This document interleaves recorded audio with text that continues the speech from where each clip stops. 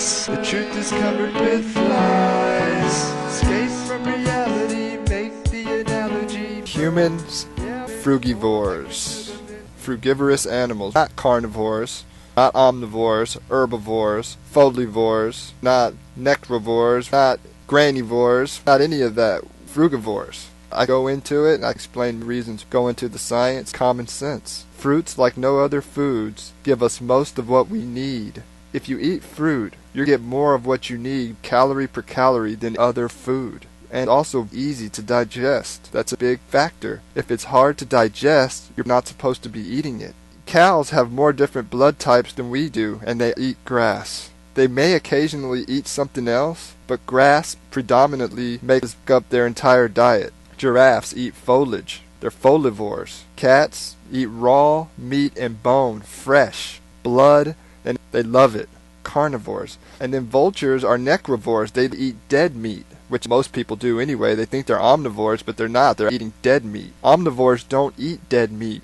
They eat it raw. They're in the order of carnivora. They're carnivores who have adapted to also being able to survive off plants. That's a big myth. Omnivores can survive off of plants only, or meat only. Understand, they make their own vitamin C. It's not that they eat plants and meat. They can survive off either one and thrive. We can't. Humans need fiber, and we cannot make our own vitamin C. Therefore, if you were to take up a meat diet, just meat, you will die. You will not thrive. Your health will fail. And then I have people telling me, oh, well, we have these Indians up here. They documented Indians at the North Pole who were eating just meat, and they were surviving and thriving, I'm told. But the part you're not hearing is during the summer months, they eat vegetation because you will not thrive. Fruit also, not only does it have high vitamin C, not only does it have essential fiber, fruit very high in water. This is misunderstood. Our hydration comes from our food, just like carnivores do. When they eat the meat, they also drink the blood. They're also getting a lot of hydration from their food.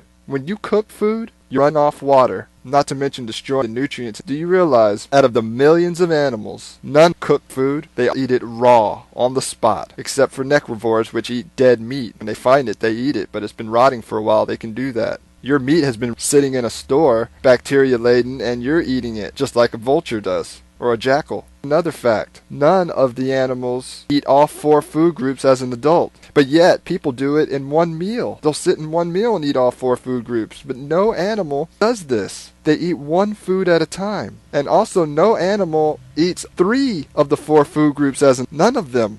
None of them drink dairy as an adult, especially from another species. Put that together, rule dairy out. Dairy not on the menu. The dairy industry wants you to think that you need it for protein, but you don't need it for protein. Animals eat food raw, fresh, and ripe, and they don't cook. If you have to cook it, it's not ideal, and it's toxic. When you cook, you create toxins. Starch, runner up. Next up is palatable. Next up is something that's not going to fill you with a higher load of toxin per calorie. You do cook it, you do run off the water. The next runner up, if there is no fruit available, but not our intended diet. Something we have made it palatable through technology, but it's not what we're supposed to be eating. The same thing with grains. Grains are toxic.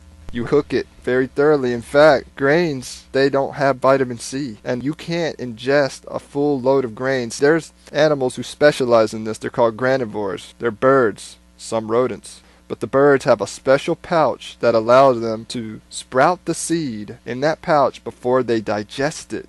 You don't have that pouch. That's not what you're supposed to eat if you want to be healthy, if you want ideal health. Grains, not what you want to be eating. Dairy, not what you want to eat. Meat, not what you want to eat. You say, the chimpanzees do it. They're our closest relative.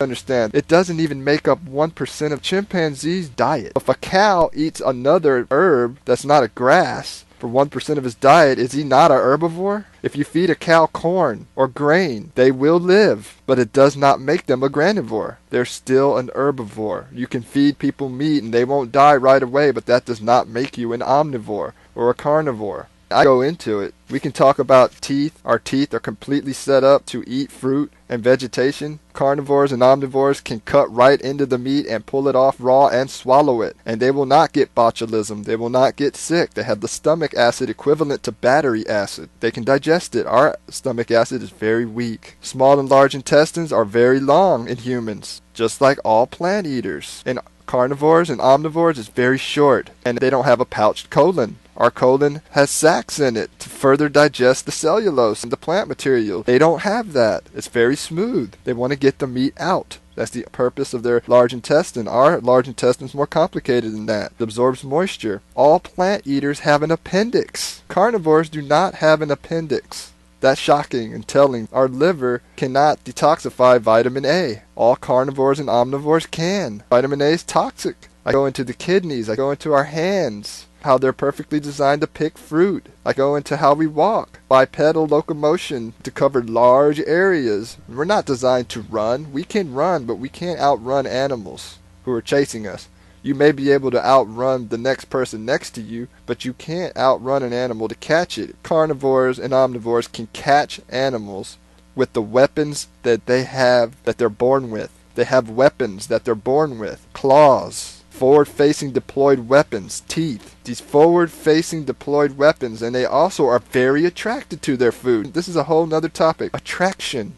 Cows find their food attractive. If they see green grass over there, they want to go mow it down. Same with carnivores. If they smell an animal, they instinctively, and they're hungry, they want to run it down. If you see an animal and you're hungry on the side of the road and it's dead, do you pull over and eat it? Of course not. You will find other means. If you were carnivore, you would. If you were an omnivore, you would. An omnivore split off from the bear and dog family. They're like carnivores. Have all the traits of carnivores. They can survive off plants also. The other big thing, we talk about vitamin A, vitamin C. Omnivores can make vitamin C. We cannot make it. It must be in our diet. Therefore, we must eat plants to get it, primarily fruit. Another big thing, we don't like death. We're scared of death. And the sight of blood and the sight of mutilated bodies excites horror in man. We do not like it. We taught at a young age to tolerate it. You teach a person at a young age to hunt with a gun. By the time they're adults, if you don't teach them when they're young, they'll never do it, and they won't want to do it. You taught